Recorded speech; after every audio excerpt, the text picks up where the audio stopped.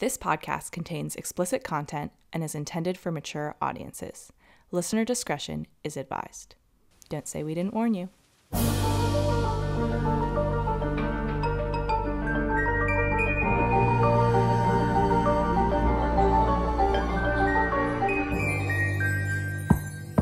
Hi, and welcome. My name is Madison. And I'm Hannah, And you are listening to or watching Who's Knocking? a true crime podcast.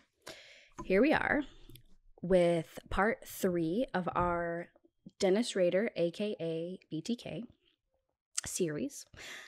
We're going to get into the rest of the story. Well, part 3 of the story. I think there will be 4 parts. Okay.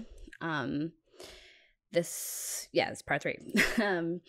If you can hear my children screaming in the background, there is nothing I can do about that. It's just some nice background noise. So hopefully they will fall asleep soon. In the news this week, what I have found that's the most interesting, I think, is that Patricia Krenwinkel is up for parole. I heard about this. As they always are up for parole, but it looks like she very well may get parole. Wait, who is Patricia, for people who don't know? Yes, Patricia is one of the Manson girls. She wrote a book, and it was, like, pretty shitty. You don't read say. the whole thing. But, yeah, they've been up. I know Patricia Krenwinkel, according to this article, she has been denied parole 14 times. Wow, okay. Which seems to be a lot. I don't know how many years apart they're able to apply. But she's been denied parole every time. This time, it looks like the parole board is going to, or has suggested that she get parole. Which is interesting because Leslie Van Houten is continuously denied. Yeah, well, maybe the next time she's up, she'll get. Yeah, I don't that's know. true, maybe, because But- she's obviously in her 70s as well. And Yeah, like to me, and I don't know how controversial this is, but like I don't think that. I think it'd probably be fine. yeah, I don't think they're gonna do anything at this point. They all seem to be like, especially because like they did committed these horrible acts when they were like really young and like, And on a lot of drugs, right? So it's like, yeah, I don't know. I just so Sharon Tate's sister is like leading the keep them locked up. yeah, she really wants them to remain behind bars and like, but specifically says like they're a danger to society. Which I'm like, I don't like. I get that, like you're the I sister. get Like that. I would probably be Yes, saying yeah. the same thing too, but I don't. Maybe I don't think she's correct. Like, what are they really gonna do at this point? No, they're like little old ladies now.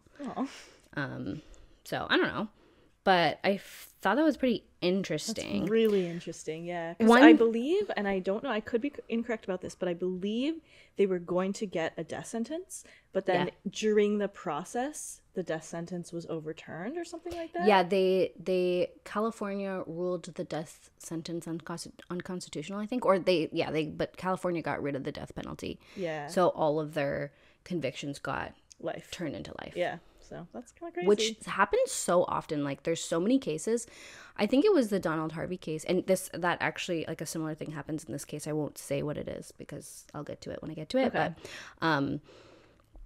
But it also like if like the death penalty constantly gets put into place and taken out of place and whatever. So like if you committed your crimes while the death penalty was not in place and then it gets put in place, you're not eligible for the death penalty if your crimes took place while there was no death penalty. Right. Even if there is a death penalty when you go through the legal proceedings. And even for people who there is the death penalty, a lot of them are never going to get it, right? It depends.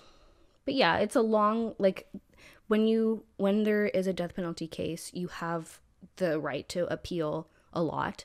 So typically people sit on death row for 20 to 30 years before they get actually executed, unless they don't go through all the appeals. They're Some just like, people are "Fuck it, fine with it. Yeah. That was like Gary Heidnick. He did one appeal and then was like, fuck "Alright." it, I just want to die. Yeah. That's fair. I wonder if she'll get out, Patricia. If she does, then they're going to have to let the other ones out, right? There's only one other one left. I It's think, only Leslie? Yeah. Oh, because Linda didn't go to prison. did Yeah, she? and And then there's Tex, Susan but I don't think oh he'll my get god, out. Tex should not get out. He seemed way more fucked. Yeah, yeah. Some people say he was the ringleader, not just Charles Manson. at least the ringleader as far as the murders. Well, some people say a lot of things, so. That's true. Some people say that it was the CIA. Yeah, well, it would be interesting to, like, you know, get their takes on that kind of stuff. Yeah, but I also wouldn't believe a word that comes out of any of their mouths. No, I don't know. Like, once you're like that old, like, why lie? But it's like, do you even remember? And they're probably on so many drugs. Like, I feel like their accounts have to be questionable at best. Oh, it should for sure be questionable. Absolutely. But I don't know. Still be interesting to hear what they had to say. Yeah, I'd hear what Patricia had to say. Another thing that I've been looking into that I've been finding really, really interesting. Mm-hmm. Sorry, but I can't stop it. I'm like really still on the John Douglas train. Of course. But I didn't know this until very recently, but he has a very uncommon opinion on the JonBenet Ramsey case. Oh, really? Yes. And I'm reading right now. It's that book that I bought. I accidentally got 2 copies and I gave you one. And he talks about how he actually like did a profile and like worked on the JonBenet Ramsey case when it was happening. Mm-hmm. And he doesn't believe that, and I'm not actually finished, but so far he does not believe that the parents were involved at all. That is uncommon. And like goes through why. And even though there was a ransom note written on her stationery, mm-hmm. somebody just went in and took it. Yeah, he thinks that like whoever came in and murdered her wrote that ransom note. Where were the parents when that happened? In bed. Oh, and they just didn't hear somebody in the house murdering their child? That's his speculation. Who fucking knows? I don't know. Nobody knows. Yeah, exactly. But and it seems to be like of the most common theory is that like either the brother killed her accidentally and then the parents covered it up, or the parents like Patsy got mad at her for something and like slapped her or something and like she ended up like accidentally killing her, or there was a theory that the dad did something because she was sexually assaulted. Right. And John Douglas seems to think that it just doesn't make sense in any case that the parents would sexually assault her, because why would they? Yeah. And she was so sexualized, right? Like, it makes sense that somebody else, like, I don't know what really happened, but playing devil's advocate, she was like portrayed as this like basically like beauty queen as a child. So if somebody else had come into contact with her and was a huge creep, she's not like a typical child, like how she's being presented, right? Yeah. She like, I mean, and it depends, like, right? Like if you're in that scene, then like she is typical, right? If you're in the pageant scene, yeah, I guess, then like within that community, like that's pretty typical, right? Like I don't know if you've ever watched like Toddlers and Tiaras or whatever on No, TLC. I haven't, but that seems like more fun. Like I don't know, this like the photos of JonBenet Ramsey are like really creepy. Like, but that's like what Toddlers and Tiaras is like. That is creepy. Yeah, no, it's it is, completely right? fucked up and creepy. Like I hate it. Like, it's like really weird. I hate it. Seem like a good idea. No, it doesn't, in my opinion. If you ask the people who are involved in that, they're like, it gives girls self-esteem and like blah, does blah, it blah, though? Blah, blah, blah, teaching blah, them to like have their self-esteem based on what they look like. I don't know. No, I think it's like borderline sick, to be honest. Like, in my opinion, it's like quite the opposite. No offense to any pageant goers here, but shout out. Especially at that young of an age, and like they give them like fake teeth and like just there's no reason to put makeup on a 6-year-old. Yeah, but within that community, right, and that's a very like southern thing apparently. And there's probably a ton of pedos in that community. Yes. 1,000%. Yeah. Not laughing because it's funny, just laughing. The freaking like schools are full of pedophiles. Yeah, like, true, and if that's full of pedophiles, like walk this down is the like street, a magnet for pedophiles and predators. Yeah. Which I think, does lend, like, we're looking into the BTK case right now, and you see that like there does exist the possibility that like somebody will break into your home and like randomly stalk somebody and kill somebody, and like that's more of John Douglas's opinion, right? And they did have a very big house that they had renovated, and he makes note that like the bedrooms are like really far apart, and like he did all these tests to see how you could hear from their room, like, and their room was like in the attic at the time, and the base, like she was found in the basement where you could absolutely not hear. Like the only way they could have heard was if something happened in her bedroom that got really loud or whatever. Yeah. But anyway, I don't know. It is possible. I don't know. It's definitely an intruder is possible. Is it the most likely? I don't know. Who knows? I think that the most likely situation in because this whole case, just like there's so many pieces of it that just don't make sense. But you know the case of that girl in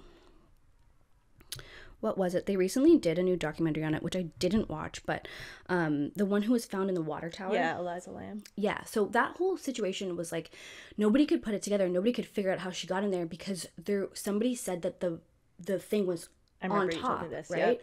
That the lid was on top. The water tank lid was closed when she was found in it, and there was no way she could have pulled it closed over herself. So somebody was like, there's no way she crawled in there by herself and closed it. It's not possible. But then it turned out that it wasn't actually closed. The lid wasn't actually closed, and then it made complete sense. Right. I think that I still think something fucking weird was going on there. It did still seem weird, but like knowing that piece of information, that little piece of information that somebody just fucked up on, makes everything make a lot more sense. Yeah. And I think that it's very possible that something like that happened in this case where like there's some piece of evidence that's been miscommunicated and just dragged on over the years and everybody like just takes it as fact or something that's missing or whatever. That seems to me way more likely than like all the theories that just don't make sense. Yeah. I heard the family will like sue and send cease and desists if you say anything negative about them. I don't know about that. I haven't heard that, but it's definitely possible. But only John John is left. The mother is dead. The son is alive too. He did an interview with Dr. Phil like years and years and years later. John, the dad, was at CrimeCon recently, and he's still trying to push for DNA testing and stuff. Like he's really. Why don't they have DNA testing on the scene? Or... I don't know which piece of DNA or whatever. I know there was like male DNA found in the underwear that did not match anyone in the family or whatever. Which is weird. But it was trace DNA, and it was like, oh, it could have been from like the factory that made the underwear. Like it could have been from any like. It's just all these things just pile on, and like it doesn't make sense. So I don't know. That's one that we might never know. But I'm dying to know. I hate that I don't know. Yeah. I hate that I don't know what happened in that case. That one is like it's fascinating and frustrating. Anyway, I think I've gone on long enough. I think we should get into this. Okay, let's do it. We're going on. But anyway, so a little generous recap here. Last episode, we got into the murders of Shirley Vian, which some people would say it's Vian. Anyway, I'm going to go with Vian. So the murders of Shirley Vian and Nancy Fox, and then the attempt, like the almost murder of Anna Williams. But that was all super fucked up, by the way. Yeah. Just so you know where I stand on that. I agree. Yeah. So that would bring BTK's kill count to 7. Yeah. There was also, then the near murder of Anna. We also talked about all of his binding and autoerotic asphyxiation fetishes that his wife caught him doing and led to him taking extended killing breaks. And then he started sending more letters and artwork and crafts and shitty poetry to the media and police. And now everyone knows that there's a serial killer on the loose in Wichita who loves crafting. Terribly written letters. Now I said, so now we're getting into it. So I said that Dennis took a 5-year break. And while he did this, the police were very busy trying to figure out who the hell this guy was. And in 1974, a task force was set up, and it was led by Ken Landwehr, who will become a very prominent figure in this case. Okay. And we'll get into more on him later. And the task force is called Ghostbusters. Why? Why? Because they just like love to name themselves it's little not things. Like a cool name. And I think Ghostbusters was like a popular movie at the time. Okay, that makes sense. It's like, you gotta have a little bit of fun when you're hunting a serial killer. Find it where you can get it, I guess. So, the next victim, or the next murder. Target? Oh. So, it was now April of 1985, and Dennis had set his sights on 53-year-old widow Maureen Hedge. Maureen was described as a very friendly lady, and she lived just 5 houses down from the Rader family. Wow, that's bold. Which is bold AF. So, did she know them? Yeah. What a creep. Yeah, and it's like, it's so weird because he was, you know, picking people like in the area, but like in specific, like it just, I don't know why he does it so close. It is very risky. But we'll get into it. Okay. So she had lived in her home for the last 30 years. Dennis didn't know her well, but he said he would often wave at her and they would say hi to each other when they would walk by and she was in her garden gardening. Wow, so all my neighbors might be serial killers. Yes, absolutely. Fuck. Anyone could be a serial killer. Like, basically, yeah. your doctor could be a serial killer. They probably are, that's yeah. pretty likely. Yeah, as I we've know. learned. So once he decided that Maureen would be next, he started calling his plan Project Cookie. Sure. Because he's a fucking loser. Yeah. He knew it would be very risky to murder someone else so close to his own home. But I guess for whatever reason, he just decided that it would be worth it. And this is another example of a situation where you'll see he's extremely meticulous about his plans, but at the same time also takes a huge risk in deciding to murder a neighbor. Maybe he wanted to because he's like, I know you, so I can he extra says creep you out. Yeah, like he makes it, he's like, I just decided had to be her, and like it was her. And later we'll discuss a little bit more about this like Factor X thing, this made up entity that he decides is like controlling him. Yeah. And so I think he likes to make it seem like, oh, like I had no choice. yeah, I found her and like it had to be her. Yeah, It's like, yeah. Okay, bro. Anyway. And this one is interesting too because I think it probably has to do with the fact that it was such a close neighbor and he knew he had to be careful, but like it was the most meticulously planned. Like it was very, you'll see, I'm about to get into it. Okay. So on April 27th, he would set his very elaborate plan into action. So Dennis was on a Boy Scout camping trip with his son Brian's troop. Before bedtime, he said that he wasn't feeling well and had a headache, and he headed to his tent to take some meds and go to bed early. When everyone was asleep, Dennis snuck out of his tent, grabbed his kill kit, which he had stashed nearby in a bowling bag, and headed on foot to a local bowling alley. Then he sat at the bar and got a single beer. Before finishing it, he purposely spilled a bunch of the beer on himself. And then he went out to the parking lot and called a cab. Okay. Dennis put on a big show for the driver, telling him that he was too drunk to drive himself home. Just before he got to his own neighborhood, he asked the driver to pull over because he needed some air. He paid the guy and then said he would walk the rest of the way home. He took a series of shortcuts through backyards, including his own, and wound up in Maureen's backyard. He used a screwdriver to open the back window and snuck into her home. Hate that. To his surprise, Maureen was not there, so he sat in her closet and waited for her. Oh my fucking god. At about 11 p.m., Maureen arrived home with a man. Dennis was not planning on this. So Dennis stayed in the closet and waited for the man to leave, and eventually he did. Fuck. And Maureen went to bed. And then, at about 1 a.m., Dennis emerged from the closet and attacked Maureen in her bed. Okay, so I won't be sleeping tonight. Just check your closet. No, he would go into your home and see your 3 giant dogs and be like, nah, I'm okay. Yeah, that's right. They're giant. Like, there's no way. He had gloves on and he immediately strangled her to death. He didn't do his normal lead up where he told her he would let her go. Mm-hmm. She probably barely understood what was happening and it was over very quickly, which was disappointing for Dennis. Yeah, what's the point of him even doing that? Yeah, I think, and I don't know this at all to be true, I'm just guessing here, but I think that he like planned everything so meticulously that like by the time he got to it, he just like went for it.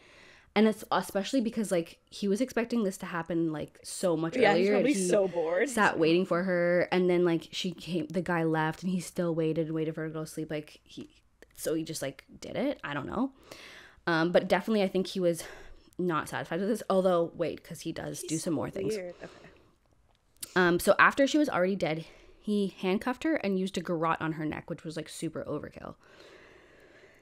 Then, this is where things change. Dennis rolled up Maureen in a blanket and started searching her house for trophies. And this is where his MO switched really majorly. Yeah, that's different. So he then took Maureen's body, put it in the trunk of her own car, and then he drove her to his church.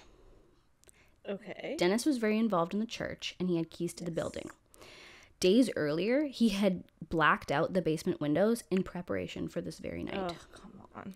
Dennis took his victim down to the basement and proceeded to bind her up, pose her in horrible sexual positions, and take photos. That's horrible. He spent hours doing this.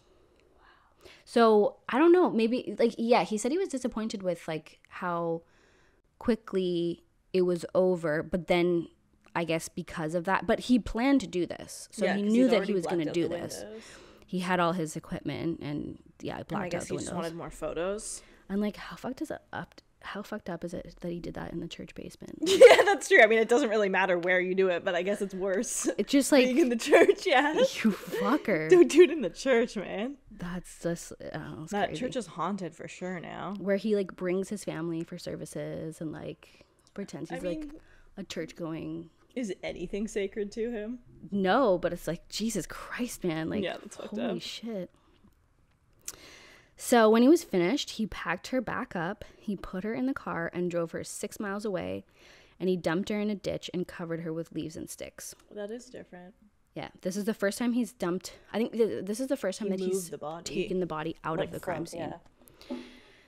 Yeah. Then Dennis made his way back to the campsite. Oh no, then he drove his car another 6 miles and left it in a shopping center parking lot. And see, this is before DNA stuff. Because now it's like, you can't just do that. You would not get away with any. This, like, after the Otero murders, they'd be like, oh, DNA, got him. Yeah. Like, got him. That's it. Yeah. And all the, like, every time he's dropping things off at shopping center parking lots, like, there's cameras everywhere. Right. This would all be tracked immediately.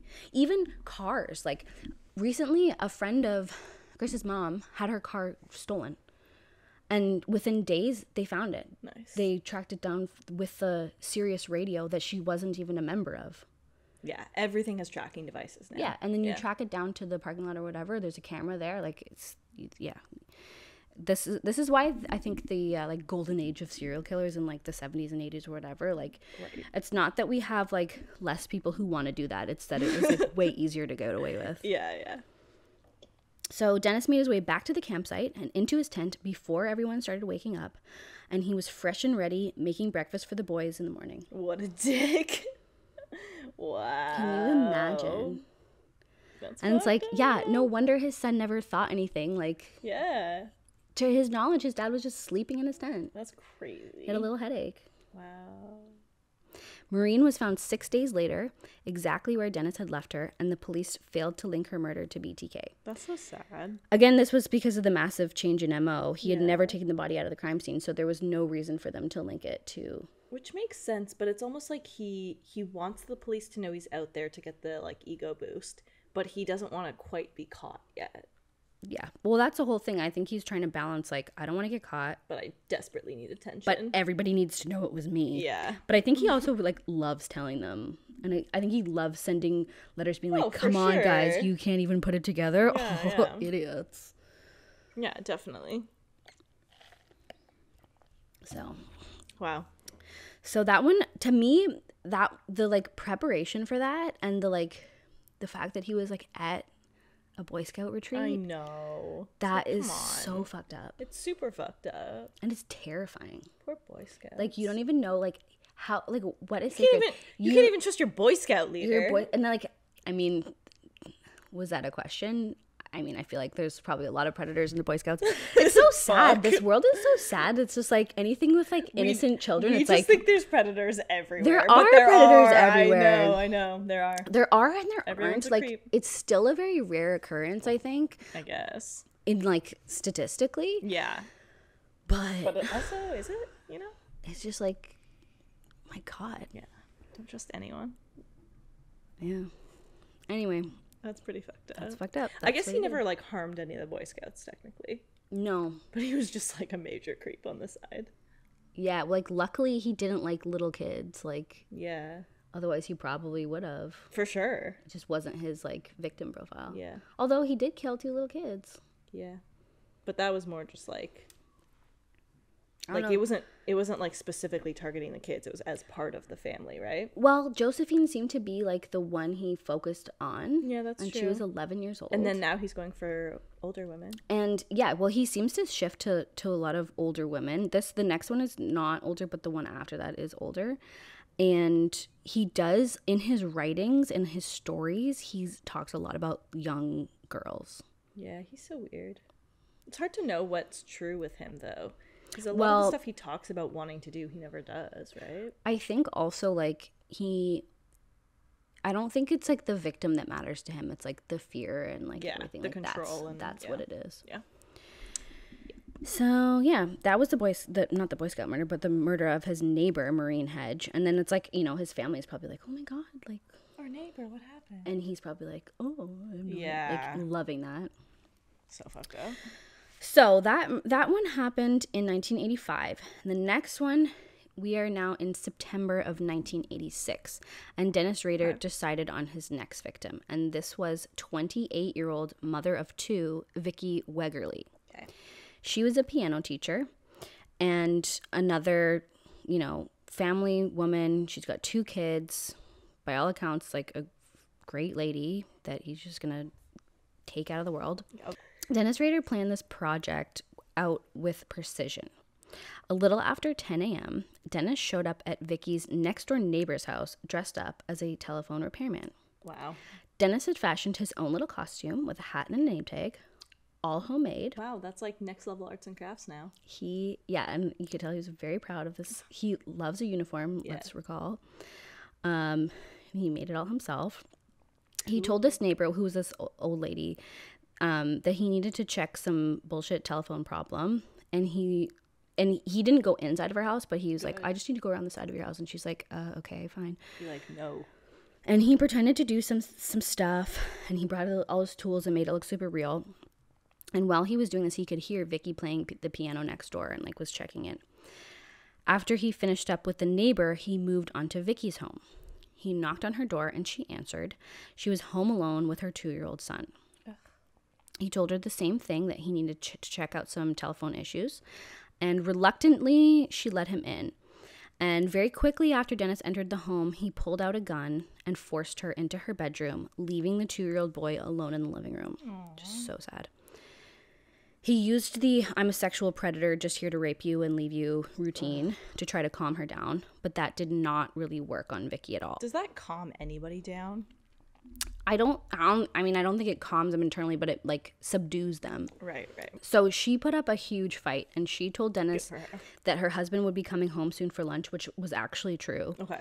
She kicked and she scratched and she hit and she fought as hard as she could, which I don't think Dennis was anticipating. Yeah, and I guess he not. Tends to get really, he always thinks his ruse is going to work. Is it just like this? I mean, that's what I picture. Probably. He doesn't seem like a very good fighter. There was the very first girl, if we recall, that he tried to attack in the parking lot. She put up a fight and he's like, what? Yeah. Why are you doing this? But he was stronger than her and he had weapons. And, he was able. And he's a tall, large man. So. Yeah, he's average size, I think. But compared to a woman. Yeah, probably compared to Vicky. Yeah, so he was able to subdue her, and he secured her with ropes that he brought, and he strangled her to death and enjoyed watching her slowly fade away. Ugh. He then photographed her dead body in a few poses. So that's what he's into now. Yeah, I think he's really gotten into photography. A new hobby. As we saw. Yeah. So funny. This is not funny. Well, it's just funny because last week I posted some of the photos on Instagram and immediately lost 3 followers. People are like, no. People are like, this is not safe for work. This is fucked up. It really isn't. And then you didn't even post the penis ones. I know. And I really wanted to, but I was like, I just don't want to get taken down. Yeah, those are, I think, if you want to see them, what's acceptable on Instagram, please come to YouTube. Come check us out there. Give us a follow. Yeah. But anyway, we've made up for it since then, so it's all good. Yes, so he photographed her body in a few poses, but he did not stay very long. I think he believed her that the husband would be coming home, or didn't want to risk it. Right. And he stole Vicky's car, drove it around, disposing of the evidence along the way. With her in it, or left her at home? He left her Oh, at what the about home. her son?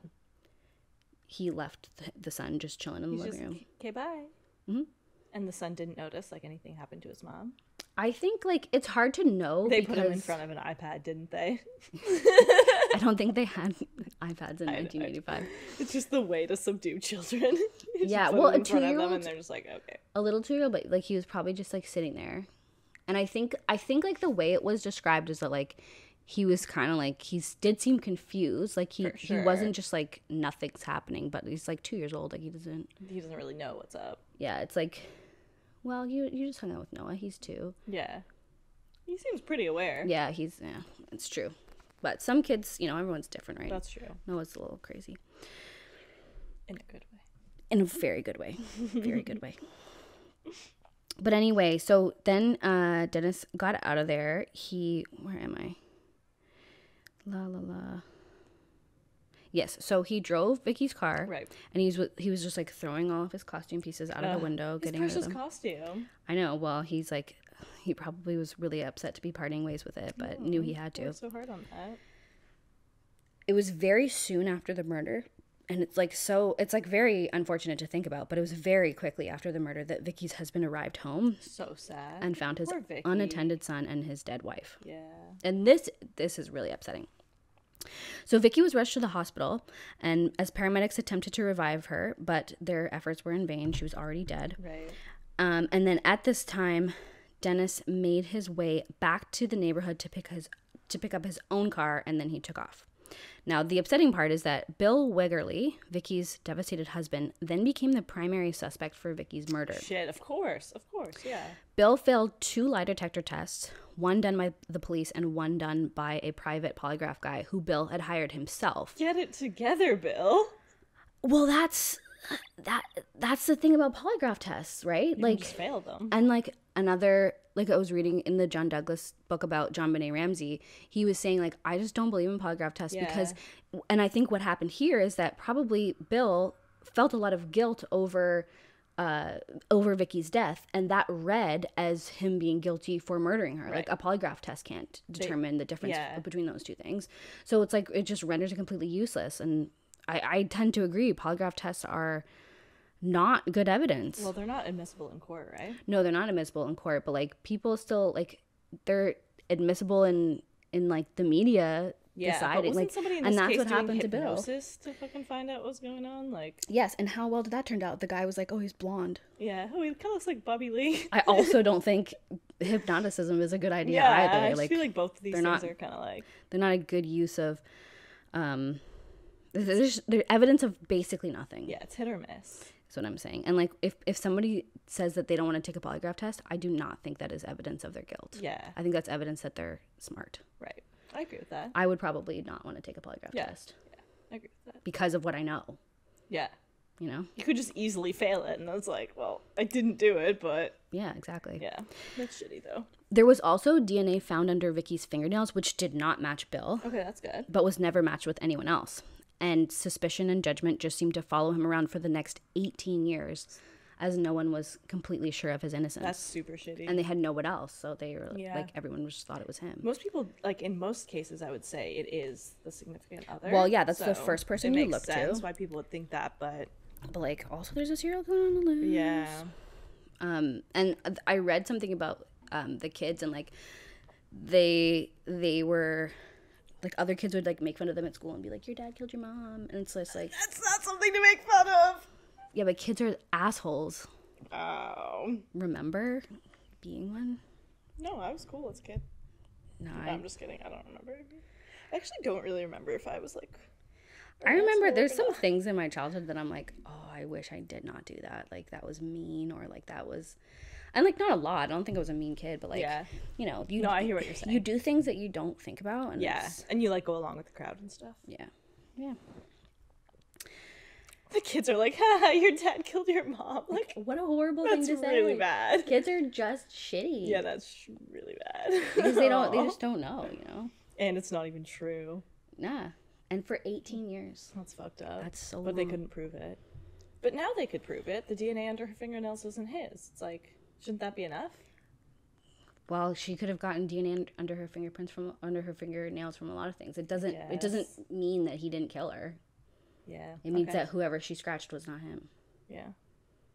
But he had no scratches. Yeah, well, it wasn't his... The scratching, maybe the scratching had nothing to do with it. Maybe she, like, accidentally fell on someone before. I don't know. Yeah, like, was digging up dirt that somebody peed on. I don't know. Yeah. Who knows? Okay. Anyway, Dennis Rader would not kill again for another 5 years. Did his wife catch him? There's no claims that he was caught doing anything. Okay.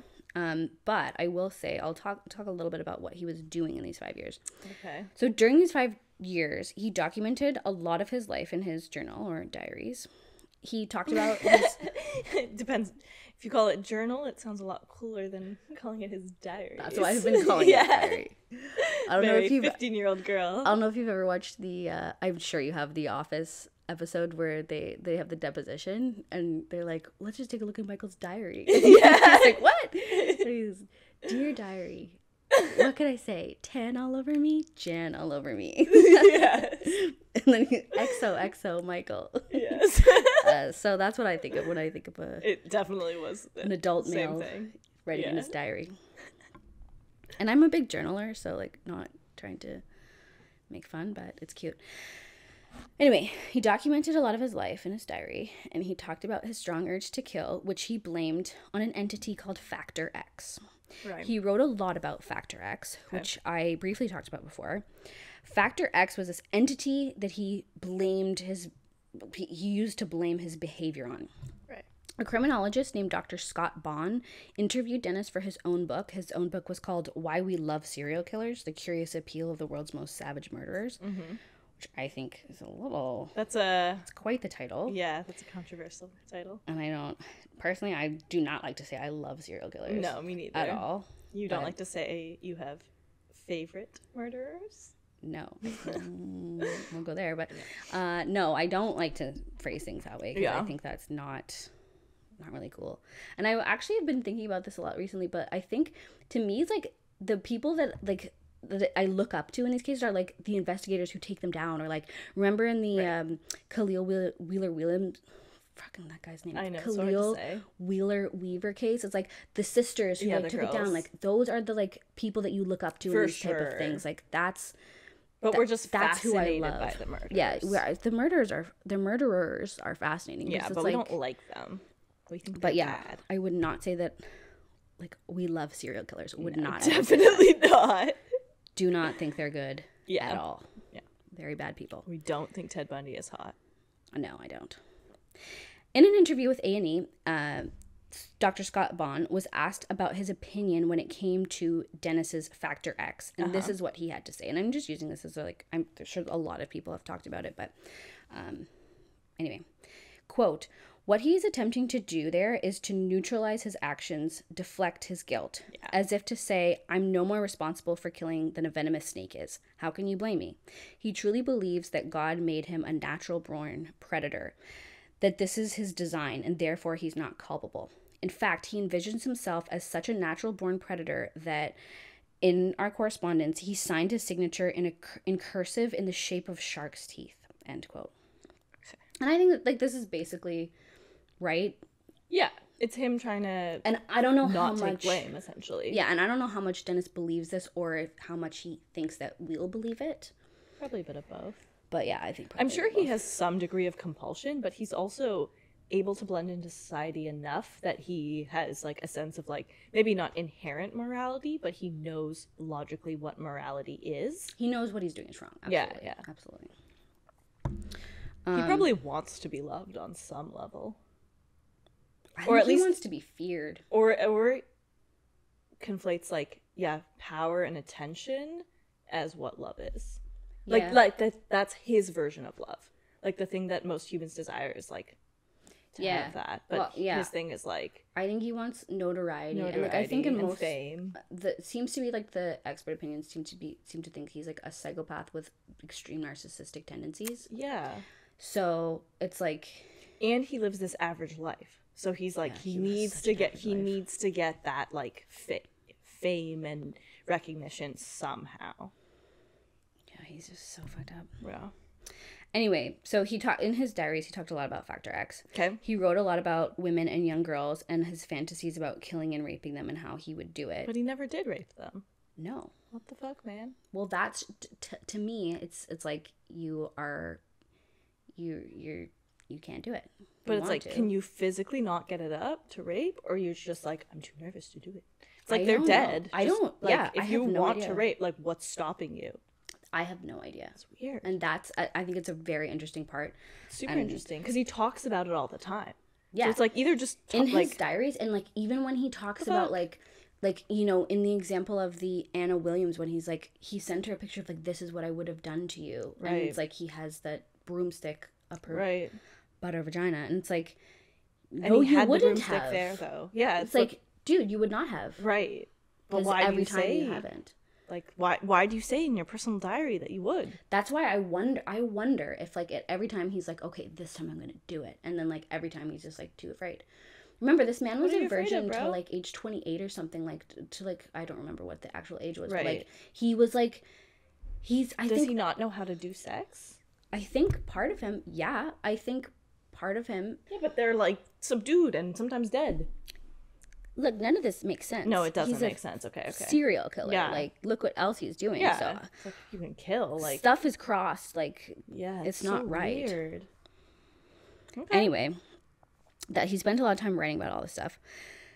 The only main line that Dennis never crossed was it was never doing anything fucked up to or about his wife or daughter. Like, he would never write anything fucked up about them. Did he write about them at all?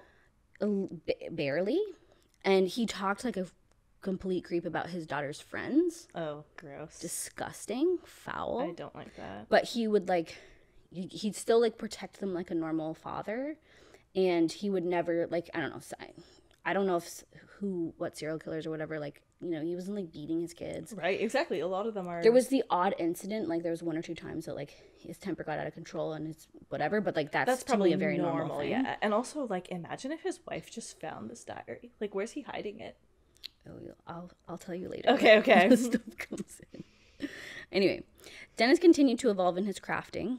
He started making these little cutout cards of women from magazines and newspapers and stuff, and kind of like baseball cards, but of random women that he would, like, add names to and whatever. And he would, like, go through them and, like, pick one for the day, bring that card with him, or, like, it was either, like, a little cutout card, or there would be, like, a binder with, like, 3 pages of this girl. This is so weird. That it was just, like, random, like, chosen. Another Office reference is, like, the chair model girl. Yes. Like, that's exactly like that. So weird.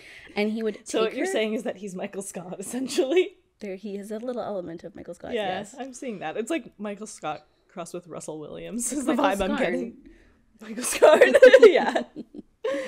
But anyway, he would take these cutouts or these whatever craft of the day, like, put it in the passenger seat and, like, act like this girl was with him and just, like, fantasize with her and, like, talk to her like they were in some sort of sexual relationship where then she was binding him up and he was binding her. I mean, I guess. He would take these cutouts to motel rooms and do all his bindings and stuff there, and, like, like his little outings. And I think in the next episode you'll see a lot of this stuff. Okay, that's fine. I mean, this is fine. Like, this is fine, Dennis. You can do this. It got very crafty. And, yeah, like, we love the crafts. And very dark. Enjoy. Oh. But, you know, this, at least it was not real people. It's victimless, you know? It is. Yeah. Do it. But what we're seeing now within these 5 years is this man is really living in his own head. And it's a fucking mess in there. Yeah. It's, like, you know? It was October of 1990 when he began planning his next murder. Wow. And this one would be his last. Wow, okay. So Dolores Davis, Dee, as she was called by a lot of people, was a 62-year-old retired secretary who lived alone. Okay. If it hadn't become clear, and as we were saying earlier, he seemed to be switched to a lot of older women. Yeah. How old was he at the time? Like 40s, 30s? In 1990... Oh, I forget. He was born in the 50s? So he's probably like 40 or like 45 or whatever. Okay. Yeah, he's like an older gentleman. Yeah. Not older. But they're he's still middle-aged now. Yeah, and they're still older than him, the women he's going for. Yes. Okay. I think that he found them to be more vulnerable and easier to control. Like, That makes sense. I think he was like, clearly he was doing older women, and then he went to Vicky and she put up this huge fight. Yeah. And now he's back to an older woman, right? That's fucked up, but okay. He likes his victims easy. Right. Dolores was a beloved mother and grandmother who cooked everything from scratch. Aww. And she was spending her retirement years doting on her family and enjoying being a Mary Kay Cosmetics sales consultant. Nice. Probably like the social aspect of it. That's like what everybody did in the 80s and 90s. Yeah. Avon and Mary Kay. Yeah. After driving past her home for a few months, Dennis was ready. On January 19th, 1991, after a Boy Scout meeting, he drove a few miles from her place, parked his car, and walked over. When he got there, her bedroom light was still on. Dennis lurked about until the light went out, and then he waited even longer to sneak around to the back of her house. For whatever reason, he hadn't actually made a plan on how to enter her home, which seemed weirdly impulsive to me. Yeah, it seems like that would be something. Like last time he brought a screwdriver. It was just like... Yeah. Anyway, he ended up finding a cinder block in her backyard, and he used it to smash through her back window. It made a super loud noise, and Dolores came running to see what had happened, thinking that maybe a car had hit her house. He took her into the bedroom, made her lay on her stomach, and handcuffed her hands behind her back. Okay. He told her that he was on the lam from the cops and needed food and money and blah blah blah. So he's like switching back and forth through all of these. Like I guess he just like decides which one is a better. It's always he's either on the lam, right, or he like needs help has finding a sexual his dog. issue. Or yeah. Or that one, but that was with the kids, right? Right. He made a show of rummaging around her kitchen for food and stuff, and then he came in, asked her if she was comfortable, and then once he thought that she was calmer and believed that he was going to leave, he began strangling her to death. Ugh. And it took about 2 to 3 minutes for her to fully expire. Poor Dolores. Dennis later spoke about how remembering these 2 to 3 minutes sustained his urges for a very long time. Right. I agree. That does seem genuine. Like, that's what he likes. Yeah, that's for sure. Like, it is all about... Like, I control your life and death. It's all about that second when they realize I'm gonna die, and then, like, seeing the life drain out of them. That's so fucked up. That's what he loves. Wow. Yeah, and it's sick. Yeah. Dennis did not leave any semen at the scene and claims that he never masturbated there. Okay. It is possible that that's true, but it is also possible that he jerked off onto something that he then took with him. Right. And that's the same with the last two, although Vicky, he left. Yeah, he could have done that with Vicky. I don't think they found any semen there. And the one before, who knows? That was a church basement and everything. The poor church basement. Probably left a bunch of semen there. To take a black light to the church basement. My God. Anyway, after Dolores was dead, he took her body, put her in the trunk of her own car, and then went around her home stealing trophies. He took jewelry, lingerie, and a camera. Dennis then drove Dolores several miles away and dumped her body under a county bridge. So sad. Then he drove to another remote area to stash his hit kit and his trophies. Okay. And he loves calling it his hit kit. Like these are his words. Yeah. By the way. A cute name, man. He brought Dolores' car back to her home and walked back to his car. And then the next day, he drove back to where he left Dolores' body. He put a mask on her face and took a bunch of photos of her in different photos. What a like, creep. remember the masks from the pictures? Yes, I do recall. Pretty sure it was one of those. Very creepy. And about 2.5 weeks later, Dolores was found by a poor, unsuspecting 15-year-old boy. Wow. Scarred for life. And that's where I'm going to end part 3. That's fucked up! That is all of the murders. Uh-huh. And the next episode, we will get into what happened after and, like, his inevitable demise. Thank God. And how his family reacted after.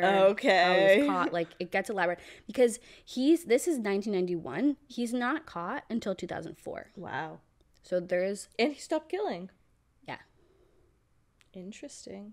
But he chats a lot with the police. Oh, God, of course he did. Which, to me, is the most interesting part. It's always the most interesting part, like, how they get caught and whatever. But, yeah, that is interesting. But yeah, that's where I'm going to end it. Wow. He really, like... He's right on the intersection of interesting and, like, you're horrible. Yeah, I mean, all like these people are Yeah, but, horrible. like, some of them, it's so straightforward. Yeah. There's a lot, like, there's so much information about him. There's so much, but there's so little at the same time. But it's just like, where did it come from? Yes, exactly. That nobody can figure out. Yeah, and so much of it is from his perspective. So it's like, you're such a liar, though. Yeah, but then there's like this family's perspective, who is with him for their whole lives. I can't believe he managed to pull that off. That's fucked up. Yeah, that's really scary. Yeah, so stay tuned for next week. Next week is the very last episode in this series. Okay. Let us know what you think. Give us a shout at our email, hello@whosknockingpodcast.com. Mm-hmm. We have Instagram, yes, at Who's Knocking Podcast. Yes. Twitter at Who's Knocking Pod. Mm-hmm. Mm-hmm. There's some Facebook out there for anyone interested. Get on there. I'm slowly trying to figure out TikTok. I made really? this an account today. Okay. We have 0 followers, and I don't really know. What do you even do on TikTok? I don't know. I've never been on there. I don't know, but I'm determined to figure it out. Okay. I mean, there's true crime TikTok, so I think I think there's a place for us there. So I think we're at Who's Knocking Pod there. Okay. Follow us. Yes. Let me know. I don't know how to format things there, so we're figuring it out. TikTok us there. TikTok us. Send us a TikTok. Is that what you do? I don't know. I have no idea. No. I'll ask my 4-year-old. Maybe she knows.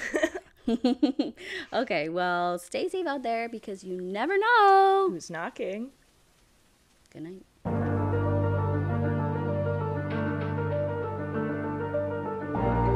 This podcast is produced in collaboration with Lost Line Media. Artwork by August Digital. Music by Matthew Cook.